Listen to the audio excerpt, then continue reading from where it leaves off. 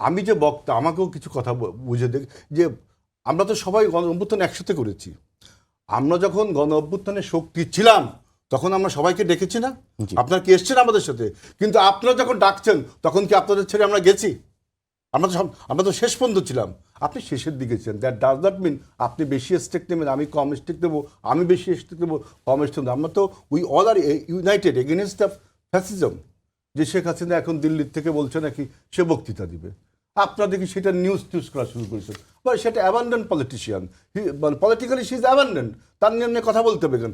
আপনি আমি যে কামড়াকামড়ি শুরু করেছেন যে জুলাই সনদটা বাস্তবায়ন করতে হবে, গণভোটের আদেশে বলা, গণভোটের রায়তে বলা হচ্ছে জুলাই সনদ বাস্তবায়ন করতে গেলে আপনি নাম দিবেন না কমিটিতে, আপনাকে বাদ দিয়ে যদি আমরা জুলাই সনদ বাস্তবায়ন শুরু করি আপনি তো আরেকটা গণ্ডগোল শুরু করবেন, তাই না?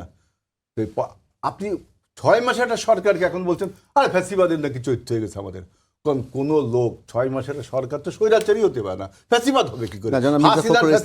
সেটার উত্তর দিয়েছেন মির্জা ফখরুল ইসলাম আলমগীর সাহেব বলেছেন যে বরঞ্চ বিরোধী দলের কণ্ঠে আমরা ফ্যাসিবাদের ধ্বনি পাচ্ছি। আপনি দেখেন, আপনি 6 মাসের একটা সরকারকে শেখ হাসিনারে আমরা ফ্যাসিস্ট বলছি কখন?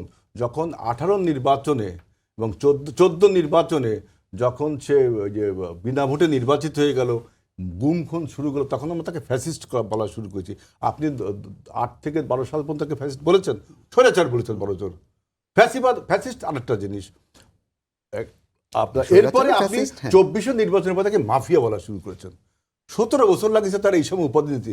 আপনি প্রথম চোটেই আপনি শুরু করেছেন যে কি এই ফ্যাসিবাদী চরিত্রদের, মানে পলিটিক্যাল এই ম্যাচুরিটি থাকলে মনে করেন শেখ মুজিবের মতো 100 পাতা 100 জনের বক্তব্য দিয়ে উল্টো পাল্টা বক্তব্য দিয়ে আপনি কিছুক্ষণ মানুষকে আদরিত করতে পারবেন, কিন্তু সারাক্ষণ মানুষকে আপনি আদরিত করতে পারবেন না।